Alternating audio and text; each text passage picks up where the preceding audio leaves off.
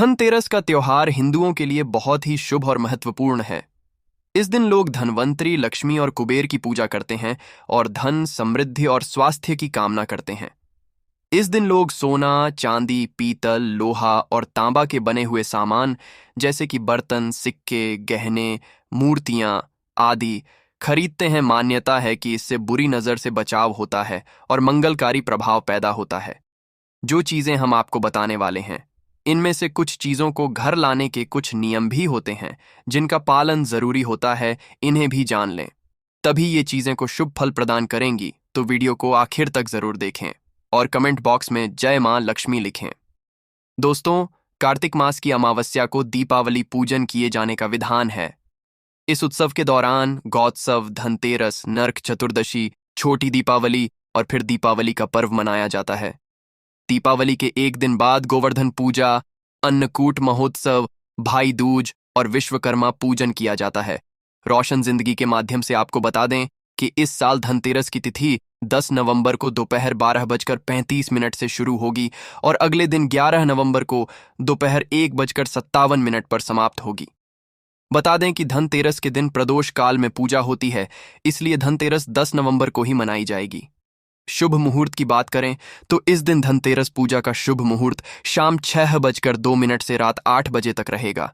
धनतेरस पर पूजा पाठ के अलावा शुभ वस्तुओं की खरीदारी का भी विधान है। कुछ ऐसी विशेष शुभकारक चीजें हैं जिन्हें आप अपने घर में खरीद कर ले आते हैं तो ये आपके घर में धन, धान्य और सुख समृद्धि में वृद्धि करता है। इन्हें धनतेरस के दिन खरीदना उत्तम समझा जाता है। दीपावली के 2 दिन पहले धनतेरस का त्योहार मनाया जाता है। देवताओं के प्रधान चिकित्सक भगवान धनवंतरी के जन्मोत्सव के रूप में ये पर्व मनाया जाता है। धनतेरस के सोने, चांदी के आभूषण और पीतल के बर्तन आदि खरीदने की परंपरा है। शास्त्रों में कहा गया है कि इससे घर में संपन्नता आती है, माँ लक्ष्मी प्रसन्न होती है। परंतु इस दीपावली पर आपके पास पैसे नहीं हैं तो केवल 2 रुपए की ये चीज खरीद कर लाइए। ये खुद आपको धनवान बना देगी। परंतु पहले हम जानते हैं कि धनतेरस से पहले हमें क्या नहीं करना चाहिए, या फिर दीपावली के पहले हमें कौन से कार्य को करने से बच जाना चाहिए, क्योंकि वर्जित कर्मों को आप दूर रखेंगे तभी इन वस्तुओं का शुभ प्रभाव घर में पड़ेगा। तो सबसे पहले औंशन जिंदगी चैनल के माध्यम से आपको बता दें कि अगर आपके घर में फटा हुआ कैलेंडर है तो उसे घर से बाहर कर देना। दोस्तों, कैलेंडर भी समय काल का सूचक होता है। समय से जुड़ी कोई भी खराब वस्तु घर में नहीं रखनी चाहिए, इससे आपका खराब समय शुरू हो जाता है। तो फतह कैलेंडर, बंद पड़ी घड़ी अपने घर में बिल्कुल ना रखें। ये आपकी उन्नति में बाधा उत्पन्न करेंगे, बरकत नहीं होगी, कार्यों में सफलता नहीं मिलेगी। और एक कैलेंडर को कभी भी दरवाजे के आगे या पीछे भूल के भी मत टांगना, इसका मानव के जीवन पर काफी बुरा प्रभाव पड़ता है। कैलेंडर में कभी भी पिछले महीने का पन्ना खुला मत छोड़ना। जैसे कि अब अक्टूबर चल रही है, आप पन्ना पलटना भूल गए हैं और सितंबर माह का पन्ना खुला हुआ है। इससे आपको अनेक समस्याओं का सामना करना पड़ सकता है। आप समय से पीछे चल रहे हैं, इससे आपकी प्रगति नहीं हो पाएगी। आप चाहते हैं माँ लक्ष्मी का घर में आगमन हो तो सबसे पहले तो आपको स्वच्छता का ध्यान रखना होगा। माँ लक्ष्मी उस घर में कभी प्रवेश नहीं करती जहां गंदगी हो, कूड़ा कचरा जिसके द्वार पर हो। जिस घर में क्लेश कलह हो तो दिवाली से पहले घर की व्यवस्थित साफ सफाई कर लें। घर का वातावरण प्रसन्न रखें, मकड़ी के जाले घर में ना रह पाएं, टूटा सामान घर से बाहर निकालें। घर में आसपास कूड़ा कचरा हो तो ऐसे घर में माँ लक्ष्मी की बजाय उनकी बहन लक्ष्मी घर में कर जाती है। उनका की दूसरा नाम दरिद्रा है। जिस घर में यह लक्ष्मी प्रवेश करती है उस घर में दरिद्रता छा जाती है, साथ ही वो कष्ट और समस्याओं को लेकर आती है। माँ लक्ष्मी के पीछे पीछे सुख, संपत्ति, वैभव आता है तो दरिद्रा के पीछे केवल दुहक और तकलीफें आती हैं। घर में हो सके तो धनतेरस से पहले गंगा जल का छिड़काव जरूर करें। समझा जाता है गंगा भगवान शिव की जटाओं से निकलकर पृथ्वी आती है। गंगा एक ऐसी नदी है जिसमें स्वयं देवी देवताओं ने स्नान किया है, इसलिए गंगा के जल को बहुत पवित्र समझा जाता है। गंगा जल की एक बूंद में पापों को नाश करने की शक्ति होती है। इसे घर में छेड़ करने से घर पवित्र धाम की तरह पावन हो जाता है, तीर्थ के समान पवित्र हो जाता है। ऐसे घर में कभी भी दरिद्रता प्रवेश नहीं करती। उस घर में साक्षात प्रभु नारायण प्रवेश कर जाते हैं और जिस घर में प्रभु नारायण हो उस घर में माँ लक्ष्मी स्वतः चली आती है। साथ ही दोस्तों, घर में धूप जलाना घर की नकारात्मक ऊर्जाओं को दूर भगाता है। कच्चा धूप, गूगल या लोबान जैसे धूप गोबर के कंडों पर जलाकर उसका धुआं पूरे घर में फैलाएं, या फिर घर में साफ सफाई रखते हुए पीपल के पत्ते से रोज घर में गोमूत्र के छींटे मारे और शुद्ध गूगल की धूप जला दें। इससे घर में किसी ने कुछ कर रखा होगा तो उसका दुष्प्रभाव दूर हो जाएगा। ये तो हुई माँ के लिए स्वागत की तैयारी।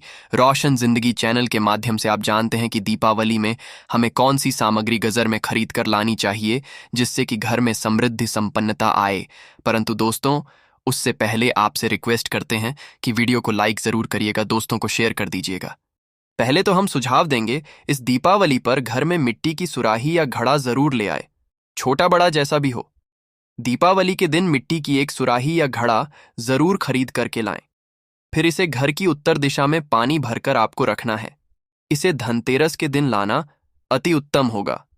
दीपावली के 5 दिन शाम को इस घड़े के पास घी का दीपक जरूर जलाना। अगर आप ऐसा करते हैं तो आपके घर में कभी भी की कमी नहीं होगी। दोस्तों, उत्तर दिशा देवताओं की दिशा मानी जाती है और मिट्टी के पात्र में पानी भरकर उत्तर दिशा में रखने से ये देवताओं को हासिल होता है।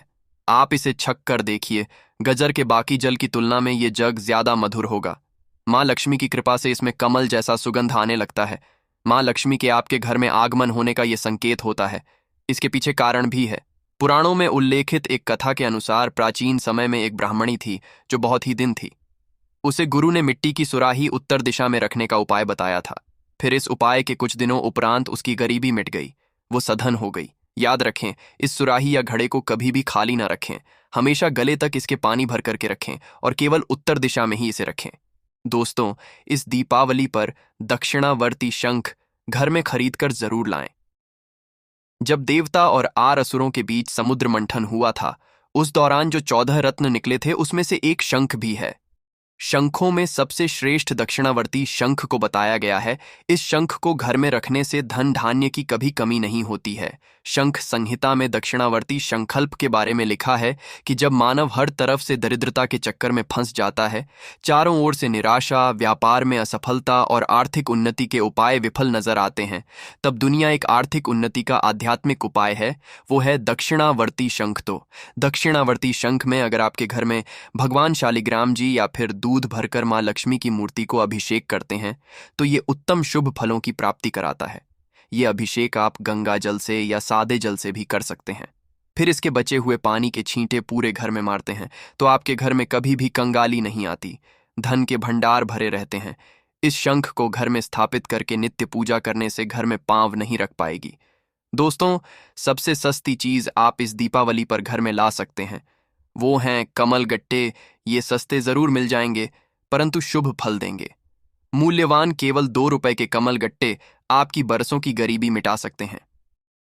दोस्तों, कहते हैं कि कमल के 5 अंगों में देवी लक्ष्मी का वास होता है। माँ को कमल का एक अंग प्रिय है परंतु उन्हें सर्वाधिक प्रिय है कमल का बीज अर्थात कमल गट्टा। ये माँ लक्ष्मी को आकर्षित करते हैं। दोस्तों, दीपावली पर धार्मिक किताबें, व्रत कथा की पुस्तकें आदि घर में लाना अत्यंत शुभकारक समझा जाता है। और दोस्तों, धनतेरस का दिन भगवान धनवंतरी का प्रकट दिन होता है। उनका जन्म दिवस समझा जाता है। उन्हें आरोग्य के देवता कहा जाता है।